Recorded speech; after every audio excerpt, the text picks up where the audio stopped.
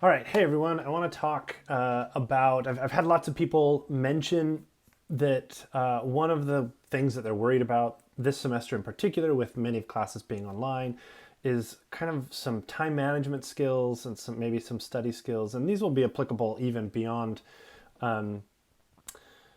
beyond this semester or beyond online classes. But I know that online classes kind of force us to be a little bit more self motivated than maybe some of the in-person classes do, because there's kind of, I don't know, deadlines that we're hitting, because we have to be prepared for class or whatever. So I'm going to talk through a couple of the things that I've done. This doesn't mean that they're going to work for you. I want to be very clear about that. Just some things that I've done that have helped me manage my time, helped me to kind of get things done, and how I've kind of approached readings. There are many other ways of doing this. And I'll try and kind of reference a few of those in case they're helpful, or provide some resources in like below the video somewhere. But I just want to give a little bit again of what I've done. This is going to feel a little bit messy. I'm not trying to make this like super clean. I'm just trying to get this done, but to provide you some resources for this. So first of all, with time management, there are kind of two things that I feel like are really, really important for me. And one is routines and the other is calendaring. So routines is kind of making sure that I'm getting up at a certain time every day and that I'm going to bed at a certain time every day. Those routines actually could also be certain days that I plan on doing things, and other days I don't. So like for me, I think I've mentioned this before, but typically like Monday and Friday are the 2 days that are really engaged in the course. That's not always the case, but I kind of plan on, because we have a deadline on Sunday, that Monday I'm going to go in and do some grading. And then because we have another deadline on Thursday, Friday I'm going to go into the annotations and I'm going to look through them as much as possible. So, so I kind of want to just point that out, that kind of coming up with specific routines can be helpful. And then again, calendaring. And let me show you how I've done some of these things. Again, this is going to be a little bit messy. Hopefully there's nothing on my screen ever that is embarrassing. I don't think so, but let me pull up. So I use, I have a Mac and I just use just the Apple calendar. Let me just go back quite a bit. I'm going to just go back into my summer. That's probably fine. Or actually, you know what? It'd be better to go back into last year.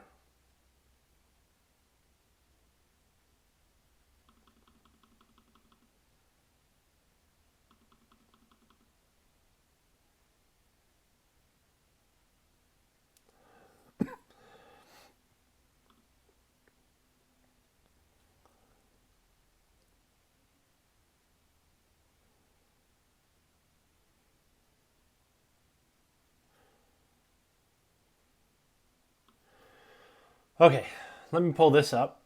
In terms of calendaring, just want to give you a sense of something that I have done in the past, with kind of putting together my calendar. So you could do this in Google Calendar. You could do this in whatever other calendaring programs that you might use. For me, it's typically just Google, or just the calendar app on the Mac. But there are other apps obviously that will do this. So I just picked kind of a random day in October 2019, so pre-COVID obviously. But I schedule out obviously my classes, and kind of certain things that I want to be aware of that are kind of every week. But then what I try and do is I say, okay, there's a paper that I need to work on. I'm gonna take this chunk of time from 3:30 to 4:45, and I'm gonna make sure I'm working on that paper.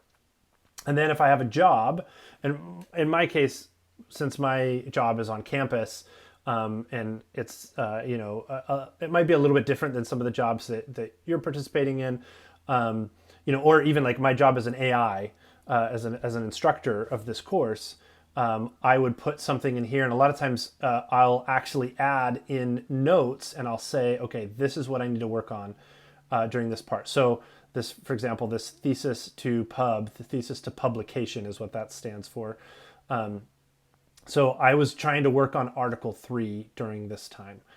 So I trying to put in there, or dissertations, sometimes I'll put in, let's see if I have any others that say specifics. Okay, I picked a bad week to try and do specifics here. But anyways, a lot of times I'll actually add in notes and say, okay, this is what I'm trying to get done. I'll switch to this week to kind of show you what I mean by that. But I will just try and block out specific times to try and do things. There's this digital version that I've done. I also have, let me pull up, do I still have this up? Yes. Okay. I also tried, because sometimes that didn't work for me and I needed like an analog version. I also tried doing something called a deep work kind of planning template. Now, deep work, if you're unfamiliar with that, it actually comes from a guy named Cal Newport, who wrote a book called Deep Work, and it's kind of about trying to get, how to really get our work done and in a fairly short amount of time. And one of the things he talks about is how he schedules his day. And he kind of does this thing where he just kind of just sketches out real quick, this is what I'm going to work on. I'm going to be doing some deep work on this specific thing. And deep work, I should mention, is also, let me think how to explain this. We've actually just been talking about the cognitive unit. This is more cognitively demanding tasks. So something that requires us to put multiple pieces of knowledge together, compared to, this is not just like recalling something or simple tasks that we can do like while we're watching a TV show. This is like something that we have to really focus on. Typically, like writing a paper is going to be a type of deep work. And he like blocks out everything. No email, no nothing, nothing to distract him. Sometimes might even put cell phone away or turn it off or things like that, or turn off notifications on the computer, etc. So those are some things that he might do when he's in deep work, and he schedules that into his calendar. Now, I didn't always schedule in deep work, but if I could make sure that I scheduled in some time, and again, you can see here on this planning template, that if I could make sure that I had I'm kind of assigning every time of my day to something specific. Now, I almost never, when I made a schedule, it almost never stayed that way. I always made adjustments to it as I went. But I would write out my specific tasks that I wanted to get done and how much time I thought they would take me. And then I would try and put those, and I did this every day for a while, and I would just put those in these blocks. Now, you might do this also in some sort of calendar or planner or things like that. This is just one little template that I use that, again, was kind of based off of this idea from Cal Newport. So he's got a few things here, and I'll link to this specific post if that's helpful. So those were a couple of the things that I mentioned. Let me pull this up. So that's kind of a lot of the calendaring things that I do. I'm trying to see if there was something else. Yeah, blocked out times right in the notes. Oh, let me just show you kind of, if I go to today real quick, and you can see like AI work. I have some things that I'm trying to get done. Like I needed to get grading done, and I was able to get that. And then I have a kind of like a done section. Oh, good, I got that done. I'm not done with the sociocultural unit, which I misspelled there, for one of the other classes that I'm teaching, or for the P254 course, the educational psychology for teachers. We're doing some video analysis, and I need to make a video that kind of helps us walk through that. Because those in the general education psychology class, we were talking about context this week and field notes. It's something I want you to be aware of, so I need to sometime this week talk about field notes, or at least early next week. So I'm just kind of putting things on my calendar in that way, so that I remember to do those things. Okay, so back to here. Let's see, anything else I wanted to bring that up? Okay, those are kind of the main things for time management. So in terms of getting things done, so this is kind of how I blocked out my time. But how I decided what to get done, there's a couple of things that again I use. I use something called Evernote, and this is what Evernote looks like. There are other programs, another one called Bear, and again there are a few other programs. But this was my Evernote note for kind of what I was going to talk about in this particular video. And I want to show you a couple of things with Evernote, things that I've done. And again, I'll link to these. I have some templates that might be useful to you. So one is a class schedule template. So what I have done, I made kind of a, this is my note where I link to all of my courses, and each semester, so I can just click on IU courses. I put it in my shortcuts. I'm not going to talk about like how to do all these things in Evernote. If you have questions, I can talk through that in another time, or you can set up a time to meet with me. But what I've done is I made a note, and I basically made links to all of my classes. So each semester, these are the classes that I took. And if I pick one of these, so like I'll pick this current issues in online learning class that I took in 2017, it looks like. So at the top, I typically link to the syllabus, or I'll link to the Canvas course. So I've got the link here. So anytime I'm going to do some work inside of this class, I can just go to this note, which I can get to really quickly by either clicking on IU courses, or sometimes I'll make it a shortcut. So then what I did is I just went through the syllabus and I made sure that I had everything written down and when it was due. So week 1, this is what I needed to get done. Week 2, this is what I needed to get done. Week 3, this is what I needed to get done. And I just listed those out as just these check boxes. And again, I have the template. Where did that go? So I have kind of a template that I just use that just kind of, I mean, it's very simple, week 1, etc. So let me go back to that course. So I just wanted to make sure that I could check off each of those things. And anytime I had like a link to something, I would make sure that I linked to it. So it was really easy to be here the whole time rather than like clicking through in Canvas and trying to find the right thing. I kind of just put everything here. Sometimes I would just link to Canvas because it made more sense to look at the stuff in Canvas. But anyways, so this is one way that I've done the classes. And so you'll notice that early on I didn't really I wasn't putting anything here next to the weeks. But then down here I actually started to put down what we were talking about that week. Again, not all teachers have this, but sometimes they say, okay, this week we're going to be talking about this thing. So like online teacher professional development. Well, this is something that I was really interested in, and I can click on this. I actually made a note, this is inside Evernote. And so I have another note for what I'm kind of some thoughts that I have, some readings that I was looking at, and just kind of all of my notes for what was going on in this course. And so I just all within Evernote, and I could just link it, everything to here. So again, I realize that I'm not getting into technical details here, and this might be confusing, but this is just one way that I was thinking about how to kind of stay on top of my courses and make sure that I could just check off the things that I did. And some weeks I didn't check everything off because maybe I didn't post my 3 references, or maybe I did submit and then I came back to this later and I don't know, didn't check it off or whatever. But this kind of gave me a checklist here. So this is one way. I've used Evernote. The other thing that I've done is I've used a program called Asana. Let me go to... So Asana is just another website. Oh, I think I actually have this up here. It's kind of like a to-do... This is a little bit more in-depth than like a regular to-do list app. And maybe a to-do list app would work fine for you. You could use, I think Google has one. If you have a Mac, they have one built in, just like reminders, I think is what it's called. Yeah, so reminders is one. There's obviously different ways that you can do this. I used Asana. Let me show you what it looks like a little bit. When you log into Asana, You'll see something that looks kind of like this. And so this is my teaching section. I can create different projects here. This is my teaching section, and I have kind of lists of things that I need to do, and I have deadlines. You can see I'm clearly behind. I meant to get this study skills video done by September 4th.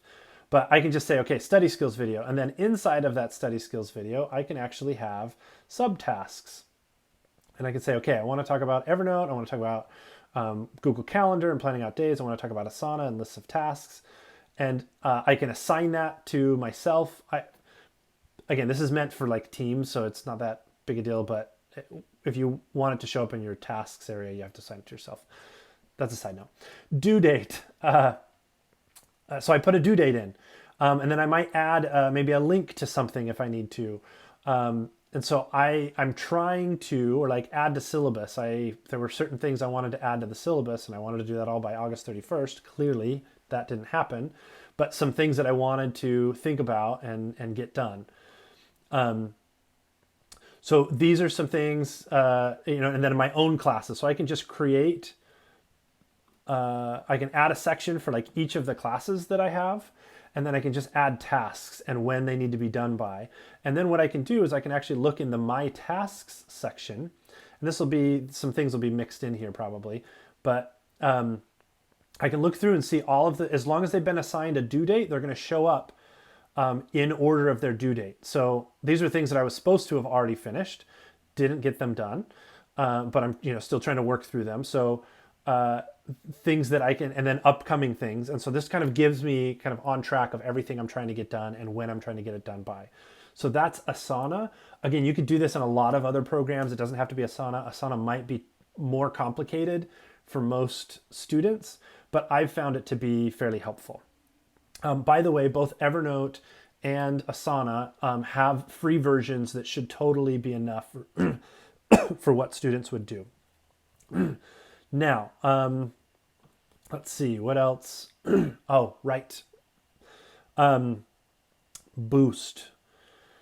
Okay, so I thought I had this, I didn't pull this link up, I don't think. Okay, sorry, my computer kind of froze for a little second there. Something's going on, but I want to point you to one last thing, which is Boost.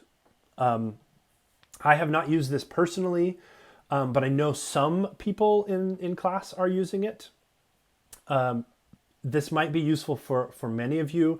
There is basically an app that goes through, it connects to your Canvas, and it will look at all of the due dates, and it'll basically tell you what's coming up. It'll give you personalized notifications. So, most of you probably have a cell phone, and it will kind of push it to your cell phone. So you'll get these push notifications to tell you what's due, when it's due, so that you don't miss deadlines, because some teachers, for example, say you have to turn this in by 2 o'clock, and so sometimes you forget that, oh yeah, that was due at 2, I was going to do it tonight and I totally forgot. So it can be really helpful and kind of give you this assignment to-do list for your work. I have not used this myself, but this might be really, really helpful for those that are trying to make sure that they submit their assignments on time, and just to kind of keep track of all of your assignments, because it will give you kind of push notifications. So you can just go to boost.iu.edu for some information. And then you can download the iOS or the Android app to your phone, again, connect it to your Canvas LMS. I think you just log in with your IU login, and it will connect you. It's a lot of students have said it's very, very helpful for just helping them stay on top of their work. So again, this might be something that's really, really useful for just keeping on top of what's going on in the online spaces. Okay, last thing I think I wanted to mention. Oh yes, so approaching readings. Again, different professors are going to have different ways that they want you to do this. There are, again, other methods, but first of all, you have to set aside time. So that's kind of my first thing that I wrote down here is you have to set aside time to read the readings, especially in our course, are the primary side of our learning, because that's where we're doing annotations and our discussions and things like that. So I really want you to focus on the readings. That's where we're going to be getting our information and making sense of it because of the annotation piece. With that said, you might want to be taking notes in the readings. It might not be that useful in our particular course, but I know other courses really want you to be paying attention to the readings and writing down notes so that you can reference them or whatever. So let me show you one other template that I have used. And again, I'll share these templates with you. But for reading, and again, I'm a grad student, so I have some kind of some specific ways that I go about taking notes for articles, but I'll show you kind of what I mean, and this could apply to a textbook as well. So this is a template that I made. I have a space for the citation because citing the article correctly is really important in doing what I do. I have this little space for synthesizing what's going on. So again, if this was a chapter in a book, in a textbook or something, I might just spend a little bit of time writing up a synthesis. I don't always do this. I might write down some questions that I have as I'm going through, and then here's where I write down some notes. But how I write down notes is what I find to be really helpful to me. I don't do it how many other people do it, and let me show you what I mean. So I'm just picking one here. Okay, that was a bad one to pick because I didn't do what I normally do. Okay, this one also not great. Let me find one. Again, this is totally off the cuff. Okay, this one will work okay. This looks like this is old, so 2018 is the last time I even touched this article. I used to have a table of contents section that might be helpful for you, just so you can kind of see what was in the article, especially if you're going to do like some sort of search. And then in my notes, what I typically do is I will actually copy and paste or write down specific quotes. Okay, and then I'll put the page number because I want to be able to go back to it. And then what I do is I actually bold something that I want to be, or that's like kind of a key part of that for me. The thing and I don't bold I almost never bold everything. I want to just bold usually just a few words or a part of a sentence to remind me why I made that note, why I copied that down. Because I don't want to just copy down everything, because then what's the point, right? And you might do this maybe with how you highlight. You could do that as well. But I wanted to be able to search very easily, and I wanted just kind of a quick, I wanted to be able to go to my notes and just very quickly remind myself what this article was about, or what this chapter was about, or whatever. So I will, I'll copy and paste, or I'll type up some quotes from the article. I'll put a page number, and then I'll bold some parts of what I wrote down. Then if there's something else, so you notice in the other one I had questions that I listed up here. Sometimes what I'll do is if I have a question about a specific quote in the text, then I'll actually put that below. But in order to make sure that I know this is not coming from the text, that it's from me, I just change the font color so that I know, okay, this is something that I came up with. I do that also, so you can see here I've taken some screenshots of it. Sometimes when it wouldn't let me select it, like this looks like a bad scan, or if there was like a figure that I wanted a copy of, I would just take a screenshot of it and throw it in here so that I could remember some of these things. But sometimes I would put in, like I would have my own notes here, like I'd be summarizing something, like a little section of it, and I'd put that in a different font color as well, because I wanted to make sure it was clear that these were my ideas, not coming from the text itself. So this is how I have taken notes on specific articles or specific chapters. Not necessarily for lectures. Lectures, I would have something else. Yeah, I mean, this looks like this was one of my lecture notes. Again, not super great. I don't usually love taking a lot of detailed notes in lectures, because I find that when I'm writing down notes in the lecture, I tend to miss some next new piece.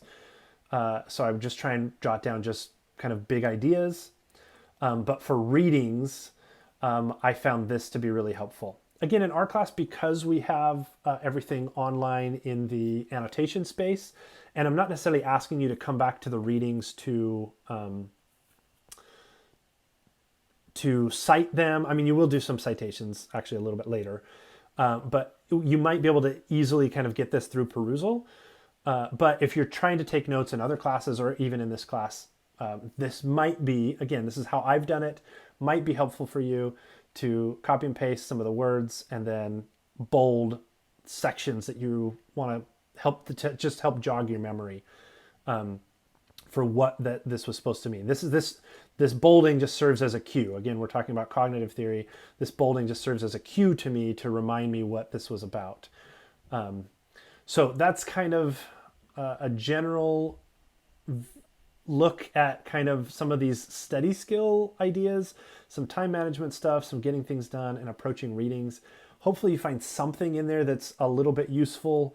And again, below this video, I will post out some different or some links to some of these things that the templates and things like that that hopefully will be you might find useful. Otherwise, stick with it. I know it's difficult sometimes to be self-motivated with all of these things, and oftentimes it kind of ebbs and flows and throughout the semester. So just do the best you can and hang in there, and again, I will do my best to help you be successful in the course. All right.